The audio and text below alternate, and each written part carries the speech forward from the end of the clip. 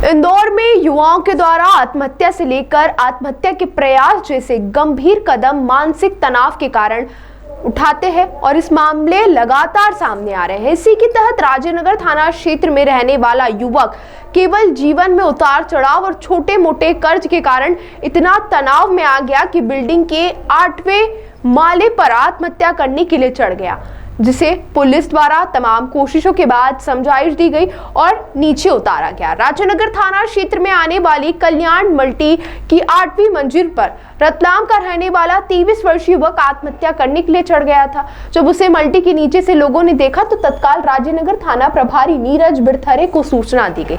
सूचना के आधार पर पुलिस मौके पर पहुंची और युवक को मल्टी के नीचे से लाउडस्पीकर के माध्यम से समझाइश दी गई।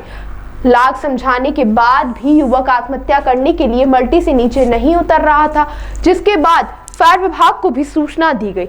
कई घंटों की समझाइश के बाद युवक को पुलिस ने मल्टी से नीचे उतारा और उसकी काउंसलिंग की गई।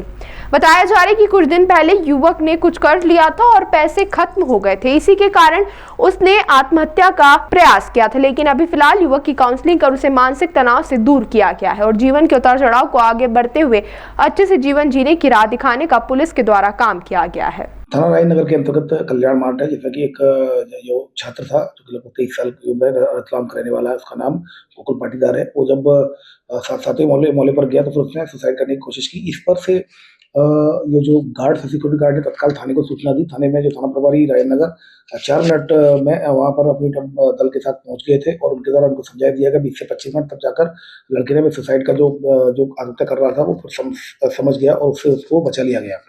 पूछताछ में फिलहाल प्रारंभिक पूछताछ में बात सामने आई है कि उसने कुछ कर लिया था, उस वजह से परेशान था, इस वजह से वो अपना जीवन समाप्त करना चाह रहा था। थाना प्रभारी ने समझाया इसके बाद अब उसको वो अब नॉर्मल है और सामान्य हो गया है और कार्रवाई की जा रही है। तो कर्ज लिया था उसकी जो बात सामने आ रही है, जैसे मैंने बताया था कि उसको कुछ कर्ज लिया था जिससे खर्च हो गए थे, तो इस वजह से वो तनाव में था।